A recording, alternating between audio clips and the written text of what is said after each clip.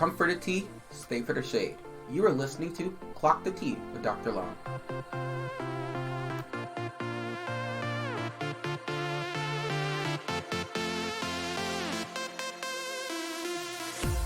Hello, tea sippers. Welcome to an all-new episode of Clock the Tea with Dr. Long. This is your host, Mark Long. That's right. Get your tea, take a seat, let's spill.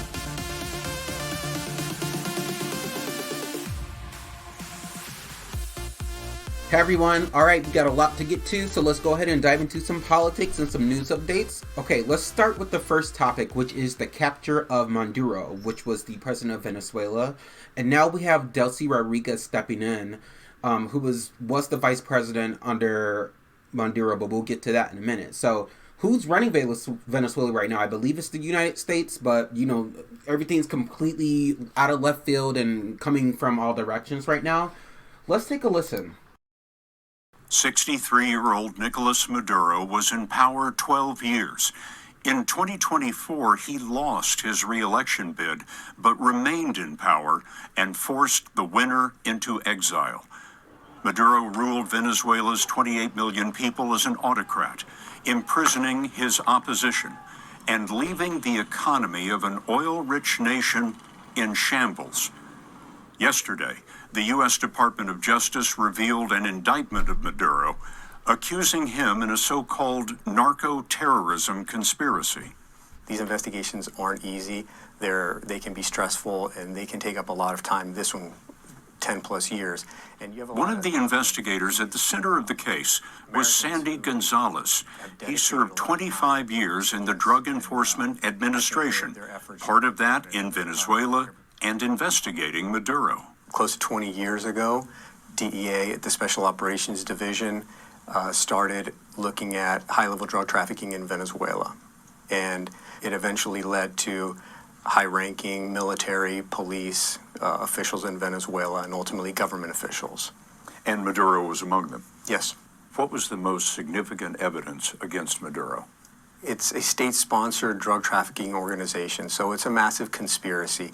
And what I mean by that is not everybody is going to be holding the kilos of cocaine.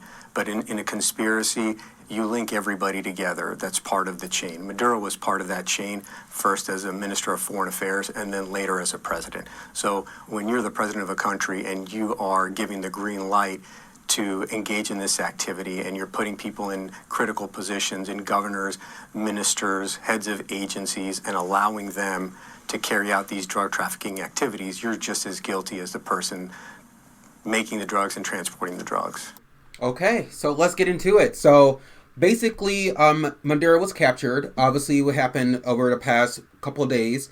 And right now they have Delcy Rodriguez, who is their current vice president, who is in charge. And she's not willing to back down from Trump, but she changed her tune recently because Donald Trump is actually issuing some potential warrants to, you know, arrest her and any kind of official that stands in the United States' way in terms of bringing back sovereignty and stability to Venezuela. Now, that's what the administration is saying. Trump also says that Rodriguez is willing to do what we think is necessary, which is fueling speculation about U.S. influence on things and how things go. And also, Bloomberg reported that Trump said that the United States is going to run Venezuela until a transition is possible. So with that said, we know the Venezuelan militaries right now is currently backing their current vice president who has stepped in. But Delcy is pretty much insists that Maduro is the only president, and she is very vocal and critical of the United States and the Trump administration. But most importantly, she's very critical about the way that this capture was carried out. Let's take a quick listen to what the ladies on The View have to say, because part of what I'm getting from this is that maybe there is a reason that this was done, but if it wasn't done in the right way, there could be a legality to that. However, Maduro is a very, very bad person, and I think that deserves some more attention. Let's take a listen. In my view, this is completely 100% illegal. Well, so I do think, oh, go ahead. Look, I don't think this is at all about the Venezuelan people. Donald Trump doesn't give a damn about the Venezuelan people. If he did, he wouldn't be taking away temporary protected status from 600,000. He wouldn't be arresting the Venezuelans that are seeking asylum here. He wouldn't be maligning the entire community and sending hundreds of Venezuelans to a hellhole prison in El Salvador. I don't think Donald Trump gives a damn about drugs. If he did, he would not have pardoned the former president of Honduras, who was serving 45 years in federal prison for having brought 400 tons of cocaine into the United States. I think this is a lot about Donald Trump's ego. I think he thought it was going to be easier to get rid of Maduro. I don't know that he thought it was going to take 4.5 months and 1/4 of the Navy arsenal and a cost of over $1 billion to do this. I don't think this is regime change because the regime is still there. He got rid of the head. He got rid of the titular head, which is Maduro, and it's the biggest trophy there is. But the all vice of president is still there. And the vice president is now president. Well, and I refuse arguably to call her worse either bad. because you see, Maduro, so the U.S. government under Biden and under Trump have said they don't recognize Maduro as the legitimate president of the United States because he stole the elections. Right. And so if we don't recognize him as president, how in the hell can then we turn around and recognize his vice president as vice president and now interim president? Do you and think as it's to about your the oil? question, I think it's about the oil. Your question, who voted for this? The people in South Florida. The Venezuelan community, the Cuban American community, the Nicaraguan American community voted for this. And for us, this is a very, very happy day when we see a dictator who has been part of oppressing and abusing the Venezuelan people for 25 years. When we see him in handcuffs and held to some sort of accountability, it brought me to tears. It brought me great joy. And, you know, I live in South Florida. But are you okay with the way that it was done? But you can, I think both things can be true. Okay. So there's a lot going on right now. Obviously, the way that Donald Trump handled this capture, like we mentioned before, was completely out of left field and required deaths of, I believe it was 100 civilians or 100 officials that were working down in Venezuela just to carry out this mission. Now, the way it was handled was obviously inappropriate, but to Anna's point, the people in South Florida apparently were looking at this opportunity to take down a dictator, and Trump ran on going after Venezuela and a bunch of other countries that he just kind of despised based on the leadership there. Now, just because this is happening, I want to go a little further and say that I do believe that this is a distraction. I think this is to let Americans know that the U.S. has some toughness and that Donald Trump can put his money where his mouth is, literally if he can, but we know that's not the truth. But he can at least go after these countries that have a completely, for lack of a better word, fucked up, total oversight of their communities. Now, to go back to that, like I said, I do believe it's a distraction, but this looks like a win for many people, especially those who have to live through these regimes or know people that were captured, as Anna Navarro alluded to in The View. But I will say, let's keep our eyes close to this because I do think a lot more is coming out about this issue in particular, and if it was considered an illegal war crime on the U.S.'s part, and if the administration is doing this just because Donald Trump is trying to seize and take control over the oil, when in fact we know that there's more going on here. So we will stay kind of in the loop on this. I'm agreeing with Sunny. I do think there's a lot of illegal things happening, but we'll find out more as we learn more on this issue as the week goes on. You know, and I do want to also say the people in Venezuela are celebrating, so there's some relief that they're feeling down there. But there's people in the U.S. that are feeling a little bit let down because, you know, we're not being kind of like, you know, completely on board with being friendly. I know that's kind of a weird thing to say. Republicans probably would disagree with me. But we're not trying to set a precedent for how situations get handled. And I know legally there should be some kind of international conduct thing or international law situation or public group or entity that can get together and have these countries have conversations so that these leaders are handled the proper way through the proper channels without having to go in and literally capture the president of another country. Anyway, I digress. Okay, so let's keep going. There's other things happening right now, and I kind of want to focus on a little bit of what Trump's response basically is to this capture. And Trump has decided to warn Greenland, Cuba, Mexico, Colombia, and Iran of possible, not necessarily conflict, but just basically either you're going to get his wrath or he's going to try to push for a way to take control. So Trump issues these waves of warnings right after the Venezuela strike, which is quite interesting. So people from the People magazine, they're saying that Trump says that nobody can really stop us in regards to hinting at future interventions. We also have Marco Rubio, who was on Meet the Press, alluding to that, people or the people of Colombia or the nation of Colombia should be careful in regards to their response and trying to seek control and step in and take power when Venezuela was just recently invaded. So we'll see what happens in regards to that. But just want to let you all know that Trump has more up his sleeve. I do think the Greenland thing is very, very, very, very top of mind for him for some reason, because he feels like they have a lot of resources that the U.S. could benefit from. And we know that he has recently designated a official to have some oversight of what those negotiations look like in terms of making sure the nation becomes a part of the United States in some capacity. Now, I wanted to shift gears from Trump completely and kind of talk about Marjorie Taylor Greene's little shift here. She's going to be on The View later this week, and I believe she's going to talk more about what it looks like for her standing up for her district after leaving Congress, basically, since her time there is up. And it looks like Marjorie Taylor Greene is not willing to even call out some of her constituents because I believe she feels embarrassed by supporting. I don't know. She's weird. But she goes on Meet the Press, and Kristen Welcher asks her a question, and she gives a weird response. Take a listen. Let me just ask you, though, because Nick Fuentes has said on his podcast, Hitler was awesome. Hitler was right. The Holocaust didn't happen. He also participated in the Charlottesville rally where demonstrators chanted, "Jews will not replace us." Senator Ted Cruz says this is a time for choosing. He says if you're embracing someone who says Hitler is cool, you are complicit in that evil. Do you think Ted Cruz has a point that you'd be complicit in that evil to support or in any way fail to denounce what Nick Fuentes has said? Kristen, I don't know Nick Fuentes. I don't even have his phone number. He doesn't have my phone number. I spoke at a conference of his because it was largely attended by young Americans, and I care about that generation, and I went there to talk directly to them.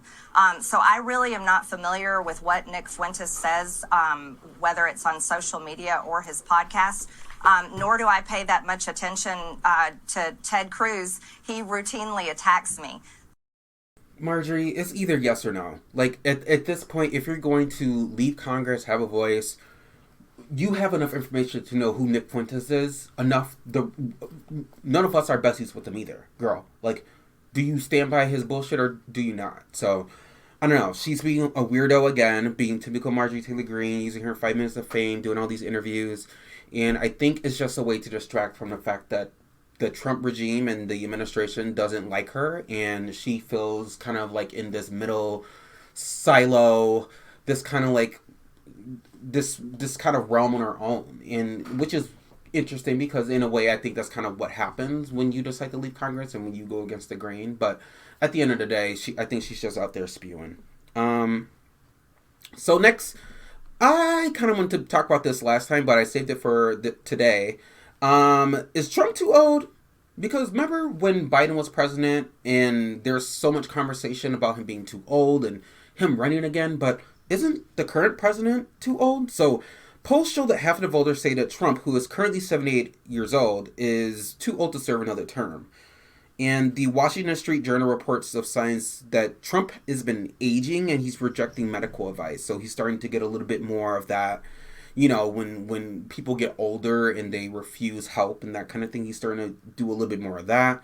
We're also seeing him starting to lash out at coverage that describes his health as decrepit. And we're seeing a lot of signs of Trump becoming more sluggish in the way he speaks. He's spending a lot more time at Mar-a-Lago. Obviously, he's been doing that since his first presidency, but he's spending a little bit more time kind of like doing his own thing and not really let's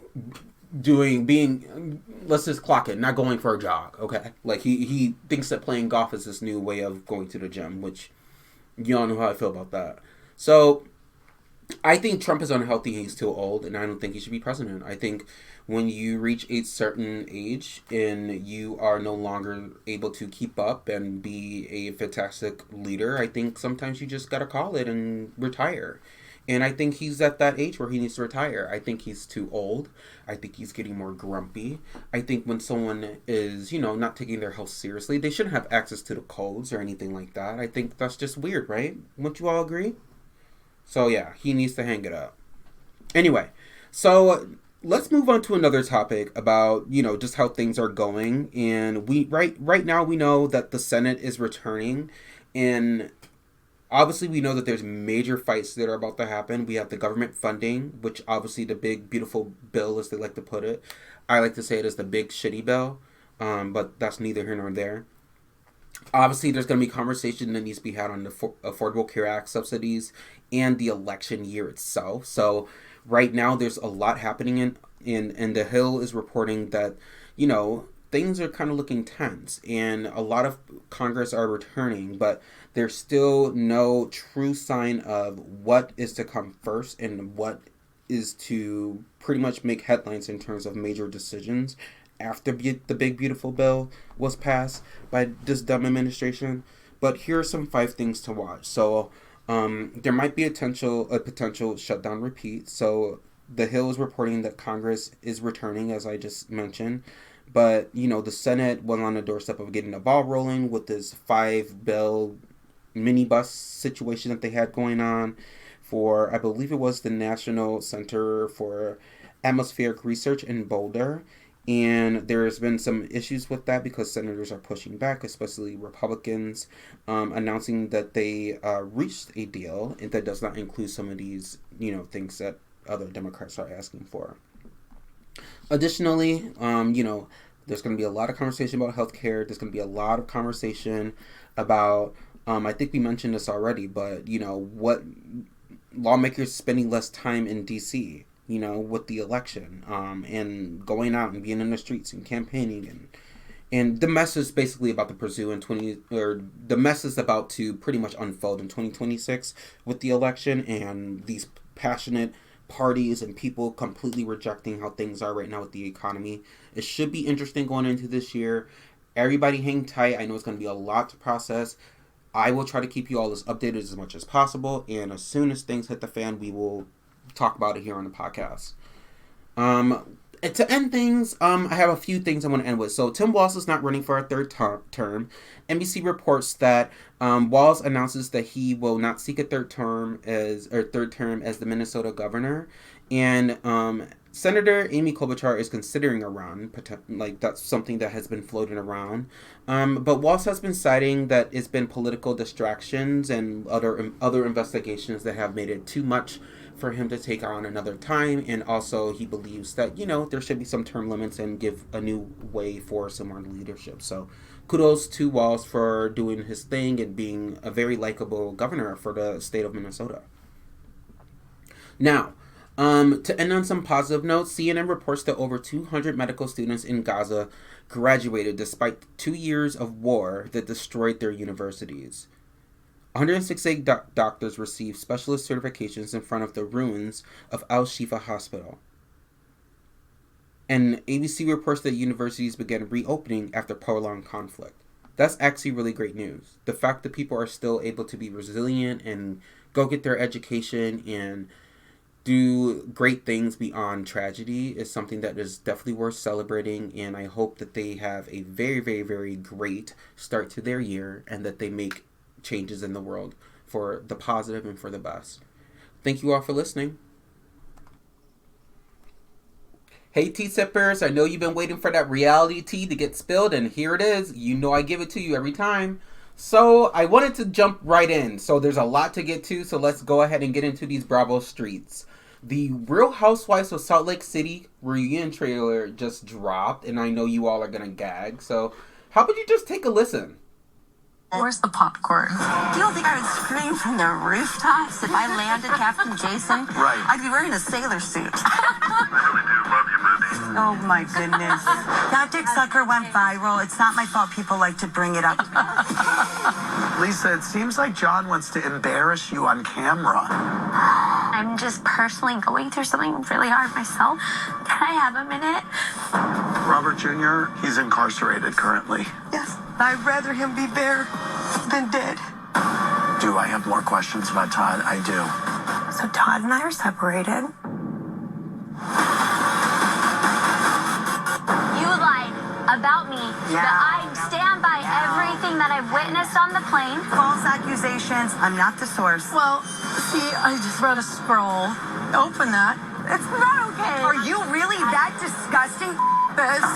She screeched at me for 2 months. Reached at you for Yeah. 2 months? You. Our friendship is over from this moment on. Heather. Buckle up, Meredith. You're crazy. You're Crazy. all right. I didn't do anything to you. Okay, stop. To me, show me how you're wrong. Stop. Hey, good, because when we're done... No, Andy, please. I'm walking off. This is nuts. No, Andy. This is nuts. That was intense. Yes, ma'am. The ladies have come to the reunion once again to clock in, and this time Andy is walking off the stage, child. So let's just go ahead and dive right deep into it. So obviously that was just some audio from the trailer that just dropped about the Real Housewives of Salt Lake City. Andy walked off at the end, but we also know that Meredith is in the hot seat. She's sitting by Andy alongside Bronwyn, who looked amazing, by the way. Also, Bronwyn was there, and she confirmed her separation from Todd at the reunion, and you can see that the ladies were just completely stunned. So there's going to be a lot to talk about with that, because what is it giving? Like, did you save this little nugget to get... Of course she did. That's how... Bronwyn knows how to work the cameras. Lisa's crying about her marriage once again. You know, there's some talk about John embarrassing her and her back and forth with her husband. I don't know what that's about. Whitney is falling all out of sorts because of conversation about her marriage being brought up. Mary is crying about her son being in jail. And we see Heather and Meredith getting back into it. And we know that their friendship pretty much looks fractured at this point. So I don't know what that means. If Heather is going to be production and try to find her best way to get rid of Meredith. But now, insert Monica. Because I feel like Meredith has felt to the same spell that Monica has felt to. Which obviously, you know, you can compare atrocities and how people communicate, but I don't know. I feel like this reunion is going to be eye-opening for the ladies, and it's going to be interesting to see the tides turn. Also, Brittany was seen storming off at the reunion, so get ready, y'all. Salt Lake City is always going to be giving, and is always going to be spreading all the kind of reality TV moments that we need to replay over and over again. Brittany has been a great addition to the show, along with the other housewives, Bronwyn and Angie K. And we still have the Fab Five that have been there from the beginning. I don't know how I feel about Jen Shaw coming back, but that's the story for later. I'll hold that off until after this reunion airs, because there's going to be a lot that we need to get into. For example, Mary's cult. So, apparently there's been a bunch going on in the social webs regarding Mary and her church, apparently, and how it's been a cult. And that's been happening, and I say social webs because that's been going around since the show's been on. You know, the story about her being married to her grandfather, who was actually her grandmother's husband at the time where her grandmother was married to him. She passed away. He was younger than her, and then she wanted Mary to get married to him. So people always had suspicions of there being like just weird kind of communication with her church. But TLC released a 3-part investigative series called The Cult of the Real Housewife. And it's basically reigniting this allegation of it being a cult, while also bringing ex-members of her church to talk about the cult-like behavior, the financial exploitation, and some spiritual manipulation that goes on. There's also a bunch of recordings that are being played, a lot that include mind control, a lot that include other claims such as physical abuse, additionally demanding unpaid labor from congregants. Additionally, extramarital affairs are mentioned, along with this pressure to give large sums of money from, you know, from one family member to another without other family members getting access to money. So Mary has obviously denied all these allegations, but People Magazine has confirmed that the church is still operating. And obviously it was filmed this season on Salt Lake City. And Mary broke her silence this year by basically saying that all these allegations are horrifying and that the documentary is just made to make her feel bad and destroy her reputation in a time where she's dealing with a lot, especially with the addiction in her family with her son. So, you know, it's a lot to get to. Mary has a lot going on in her life, obviously personally, but it's interesting that people are going above and beyond to prove that there is a lot to it than what people might not see when those cameras are down. So, I'm not saying that Mary is involved in a cult. I'm just saying I'm not very religious. I guess I'm considered spiritual. I was raised Christian, but I don't know. We'll keep our eyes close to this, because I do think that if there is some wrongdoing, it does need to be exposed. If you decide to come on reality TV, your life is out there for people to critique. So, all right, let's shift gears. I want to move into the Real Housewives of Potomac. Now, let's get into this. So, Angel had the ladies come out to Colorado, and she's basically trying her best to, for lack of a better word, chin check the other ladies, because she felt that she was brought in. Let me just start from the beginning. Angel came in this season really, really great. I liked Angel right off the bat. She stood her own ground. She had this very level-headed personality, and she was willing to confront Kay from this chin check statement that came up. But things started to kind of derail, because I feel like her and Kay have this unspoken rule that they're friends to the end.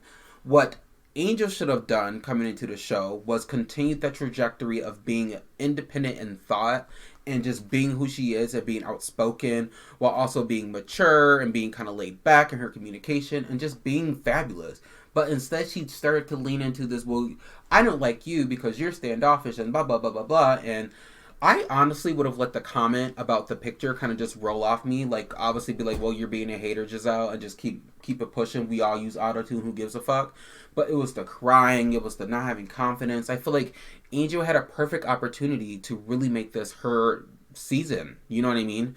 But we get to this episode, and Angel has decided to have Ashley and Giselle in a completely other room from the ladies in her home, because the ladies went on a vacation. She invited Monique and all the ladies to Colorado, but she takes them to a different home where shit's not really working or anything. Water's not working, whatever. And then in that house, some of the ladies don't even have proper, like, living, I guess, situations, which is always kind of a shady thing that housewives do. So that's why I'm not, like, really bothered by it. But at the end of the day, so now you want to be shady? So when the ladies start to come back and clock on that ass while you're hosting this trip, hopefully she has that same energy, because I am appreciative, but there's also moments of this weird, like, Angel being smiley with Wendy, and, like, y'all don't get along, so that's weird. I don't know what's happening. Monique is, like, asking her, why aren't we staying at your house? She's not giving direct answers. I don't know. I'm seeing a lot of Angel. I'm seeing other parts of Angel that I haven't seen, conveniently, now that they're in her neck of the woods in Colorado. And I would hope that maybe this could be a look-back thing for her. Because here's the thing. I don't want anybody to be eliminated from these housewife shows. I don't think, like, you should automatically fire someone unless there's a complete, like, wrongdoing or, like, bad behavior. For example, like Gretchen with the liking MAGA homophobic and transphobic things. I think that's turns for termination. Like, what are you doing? But anyway, but I think in this situation when Angel, you know, just kind of girl, lean into, like, trying to be a bad bitch and putting these girls in their place. And if that's who you're going to be that girl. Don't be the girl who's like, oh, but now y'all talking about me. Now, blah, blah, blah, my pictures, this and that. And now, here's my get back. Have your get back, fine. That's what housewives do. I'm here for it, if I'm being honest. What I'm not here for is the fakery. And what I'm not here for is the late to react. Like, Angel, let's please get it together. Like, because if we're going to chink check Giselle and Ashley, you better be prepared for their wrath. Because they like to go after husbands, families, rumors, dig stuff up. So you're next on the block, baby. They're ready for you. And I hope Angel was ready for this fight, because the fans aren't really feeling like what she's bringing to the show. And I think this is a perfect opportunity for her to see that window, the window of, you know, maybe Giselle and Ashley are full of shit, and maybe I can try to reemerge into the show by being the baddest bitch who has it together. And nobody will ever say that I rent my home, because I doubt. Well, evicted or whatever they want to say. But anyway, she said she wasn't evicted, homegirl, as she likes to say. Anyway, Let's move over into another topic because I do think Real Housewives of Potomac is really heating up. I love the episode, but I'm also hearing some drama about the Real Housewives of Atlanta. So the streets are loud, right? We already know that K. Michelle and Pinky Cole are a part of next season of the Real Housewives of Atlanta. There is no trailer that has been dropped, although there is swirling rumors about Nene Leakes returning to the Bravoverse in some capacity. Maybe not on season 17, but she'll probably make an appearance on an Ultimate Girls trip of some sort. Now, the streets have been saying that Portia and Shamia's friendship is still fractured and rocky as the season left, but there is also some more information that came out saying that they nearly came to blows while filming the new season in a different, I think they were in a different country. I don't remember where they were, child, but apparently Shamia has publicly slammed Portia's fake receipts, calling, the friendship fake and that they were never friends. And it's so weird because we kind of saw this feud heating up last season, so apparently it's going to, flatline and heat up again. I know that Kelly is Shamia's right hand, so you know that she's gonna have her back. I don't know who's I think Portia's really connected with Phaedra, obviously, and Cynthia and a couple of the other ladies, but I think this feud is really weird. I think it's a really weird feud. It's not even a feud I really care about. I'd rather see Portia with Kenya go at it. You know what I mean? And not that I want them to, but I just feel like there's more camaraderie. I feel like there's more, they have a little bit more chemistry on camera when they're bickering. I think this is a little bit different. This is personal between these ladies. They've been friends for years, right? Kind of like Kay and Angel, but you can't tell because Kay never really stands up for Angel anyway. And when she does, it's almost kind of like Angel's left out there to dry, like damn, being Kay's underling. But anyway, back to RHOA. So yeah, apparently the girls are fighting and Drew had to come in between them and hold them back, and it was this whole thing. And I really hope that Portia and Shamia get it together because I am tired, like I just mentioned, but also it's just run stale. That's not the storyline we want to follow. Shamia's married, Portia, you're not married. Shamia's lifestyle is this, Portia, your lifestyle is that. Portia, you've been on this show forever. Just try to find something else. I want to know more about what's happening with Go Naked Hair. I want to see stands and another shop open up. That's what I want to see, Portia. I don't want to see you going back and forth with Shamia because Shamia, right now, you scraping at, if you really sit up here arguing with Portia and going back and forth and taking y'all off camera business on camera, we don't want to see that. We want to see real drama unfold on the show. So I'm looking forward to RHOA. I'm looking forward to Nene's return to Ultimate Girls Trip. But most importantly, I'm looking forward to seeing what these new ladies bring to the RHOA mix. Angela Oakley is obviously back. We have Drew Sidora back. Phaedra is back in the mix. Along with Cynthia returning as a friend, as she should. Along with the two new ladies, Portia and Shamia. So we'll see what happens. I think this season might be a hit or a miss, depending on what happens. I'm really hoping it gives us real moments like the Real Housewives of Salt Lake City, because RHOA, people aren't really here for it anymore, and I really want people to be here for it, but we'll see. Okay, switching gears from the Bravoverse. Okay, so let's go and talk about Canada's Drag Race. That's right, Canada's Drag Race is heating up as we're getting closer excuse me, and closer to the finale. So on Canada's Drag Race, we have a few queens that are really, really killing it, in my opinion. Excuse me, and I'm going to say what it is. Obviously, Saltina is killing it. We also have my lovely, lovely, lovely queen who I love to follow is Miss Van Gogh, who is, in my opinion, very, very Candy Muse-esque with a dash of Gottmik mixed together, but she's really stomping the competition down. I do think she's kind of opinionated to the point of her detriment at times, but we'll see more about that as the show heads closer to the finale. But my girl is also there. Ebony LaBelle. We have Cara Milk, who is kind of a hit or miss for me. PM, Sammy Landry, and obviously I just went on a rant about Van Gogh. And prior to this episode, Maya Fox was eliminated along with Velma Jones. And from there, we also have our top 6 that was just competing. And let me tell you something about this top 6. I'm actually kind of happy, but I'm really, really, really excited about Ebony. And I'm really excited about Sammy and Van Gogh. I do like Cara Milk, but she's a little bit lackluster for me. And then PM, in my opinion, is a little bit more unique than Cara Milk. Just saying. But Saltina is really, really giving us the boom boom cat. She's really going in there and giving us a show. These ladies are sickening. I'm excited for next week. Most importantly, you know, they're from all over the place. You know, they're all over Canada. We have some queens from the West Coast, some queens, obviously we have one that was just eliminated from Nova Scotia. There's also some talk about, you know, just kind of how the show has been doing without Brad Goreski, who left the show. And I think it's been doing pretty well. I would say, like, Tracy Melchor is keeping it held down along with Brooklyn and Carson. Having Hollywood Jade there has been quite helpful, but most importantly, I think Carson Kressley really made the show unique. And having Paula Abdul in that premiere was pretty cool, too. I don't know. I think the episodes are getting better and better, and I'm looking forward to see what happens this week, and I will be excited to give you my take. Now, I want to end by talking about RuPaul's Drag Race, the US version. And oh my goodness, what a season so far. So they decided to kick off RuPaul's Drag Race season 17 with a design challenge, which was absolutely amazing. But most importantly, it was really cool, in my opinion, to get to know the queens, because I feel like we've gotten to know the queens in a certain way through their talent shows. But I think, okay, fine, talent show and nobody goes home, sure, top 2 compete, which is also great. But I like the difference. I like seeing who has the skills. I like seeing them have the camaraderie in the workroom. Cardi B was an outstanding guest judge. She gave real critiques. She was that girl. She gave personality. It felt vibrant in the room. Rue is just unbreakable. Looks amazing as always. But let's clock into these girls. So, I like all the girls. I'm just going to say that. I like all the girls. I think they have great personality. And I think this episode, Vita Von Teese, that look was tea to me. Like, girl, you shut it down with that. But Miss Nene Coco ate you up in that lip sync.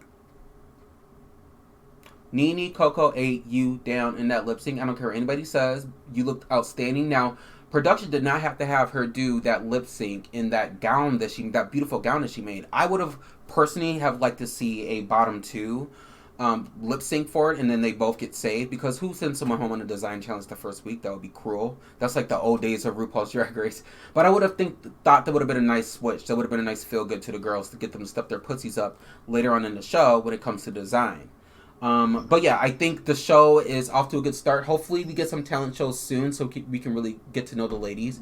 Kenya Pleaser is also a favorite of mine. Her look was atrocious, but I love her personality. I'm also really, really, really loving all the other ladies like I mentioned.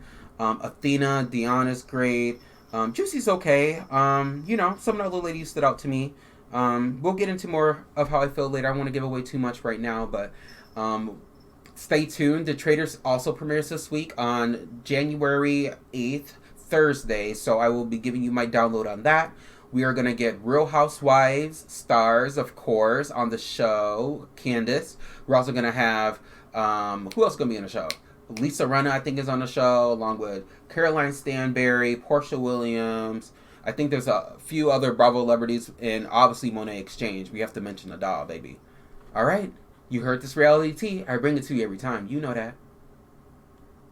Hello, and thanks for sticking around. So I kind of wanted to end this episode by talking about, you know, things you can let go and start fresh with the new year. And, you know, I wanted to talk about people who I draw my inspiration from. But before I get into that, I feel like sometimes when people start the New Year's, they like to talk about things they want to stop doing, or they want to be happy, or they want to be this, or they want to be that, or they want to... How about instead of saying that you want to be more happy, you just want to be less unhappy, you know? And just kind of normalizing that the feeling of unhappiness is okay, and that there's certain feelings that you might experience, you know, that are prevalent to everyday life and not just a year-to-year basis. And I think it's okay to set parameters on what that looks like for yourself. Excuse me.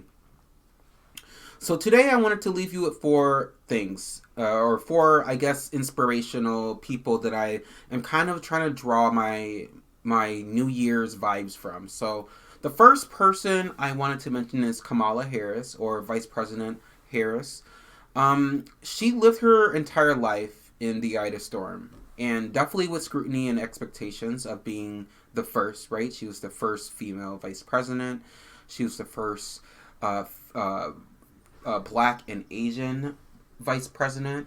She was the first woman of color to hold a campaign the way that she had to hold it with the time frame that she had left.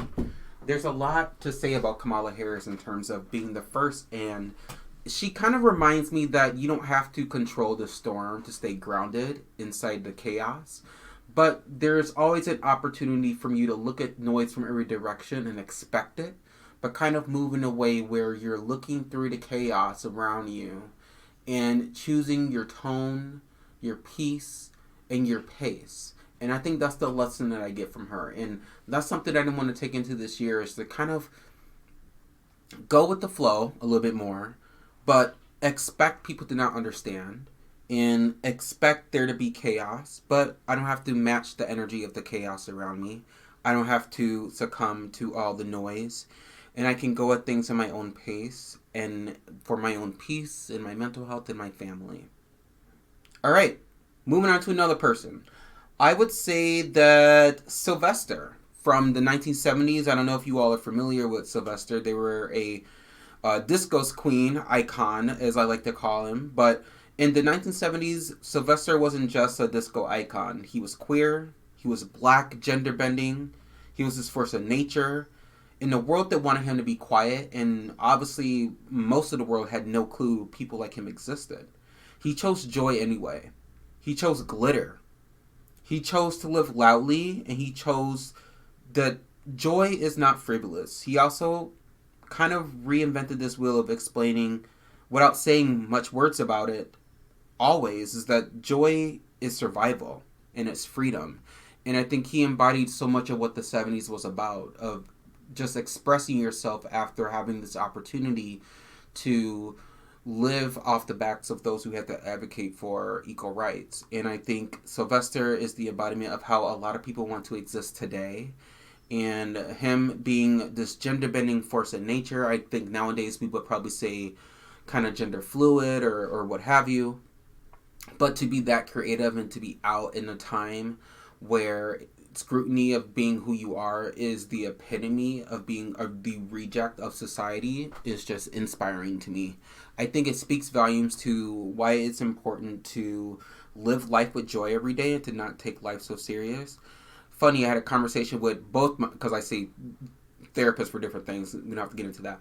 But like the common theme of therapy for me recently has been just to kind of not take things so serious and to just kind of enjoy the positivity and the joy that life brings, because at the end of the day, as Sylvester kind of embodies, that you only have one opportunity to really show off and be who you are. His life ended shortly and tragically from HIV/AIDS, I believe. But that just speaks to something that's so inspirational to me as a queer black person that lives in the Midwest, who kind of always lived with this idea of wanting to live up to expectations of others. And I think this year in 2026, I can let go a little bit of that. So let's start doing that. Another person that kind of brings me some joy and is somebody who I would say kind of embodies a little bit of that, inspiration for me is RuPaul. And the amount of things I could say about RuPaul is abundant. So I'm going to keep it short because I'm going to do another segment on another episode about RuPaul's impact on modern America and on history. But RuPaul built this empire, right? So she's a queen, she's an entrepreneur, she's a bad bitch, she's a boss, and she's never had to shrink or apologize to or fit this box of anyone other than mainstream media, whatever the requirements are for that. But he has always taught us that you should just be who you are, and it's no one else's business. You know what I mean? And if they have a problem with that, then maybe they should be paying your bills. If they're not paying your bills, pay those bitches no mind. And I think that's super important and something that RuPaul has always embodied. And I think a lot of conservative people can learn a lot from RuPaul because they live life with judgment. Some conservatives don't, but I think a lot of conservatives, especially the evangelical closet cases, those ones, they could learn a lot from RuPaul, because I feel like when you live authentically as who you are, you don't need to apologize for anything. You could just show up and be yourself authentically. And if people aren't making your life better in any way, they really don't matter.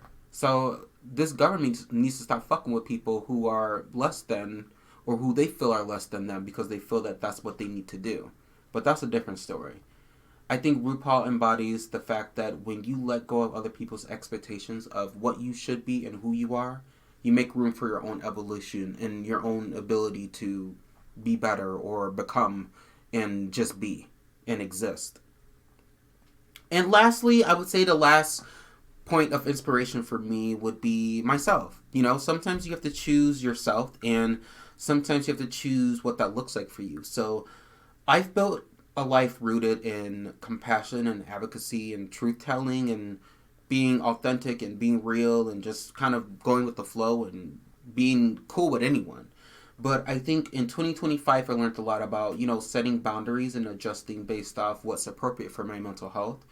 And, you know, I have to show up for my students, for my clients, my community, and my husband and pets. And I think that's all important in regards to not letting things get to me and not thinking that letting go and not thinking that I have to worry constantly about everything is something that's going to serve me. You know, it's actually more wisdom when you let go, and it's not a sign of weakness. And I think, you know, I give myself some inspiration because I'm no longer letting certain people access my spirit or my energy. And I'm going to bring that into 2026 because so far it has served me pretty damn well. So I appreciate all of you. I think that this podcast is something that is going to be worthwhile. It's going to be a rocky year. So please stay listening to Clock the Tea with Dr. Long. I am going to be bringing you fresh new concepts, fresh topics, and of course politics every chance I get. But most importantly, come for the tea, but stay for the, you know, the stuff that falls off the cup. Take care.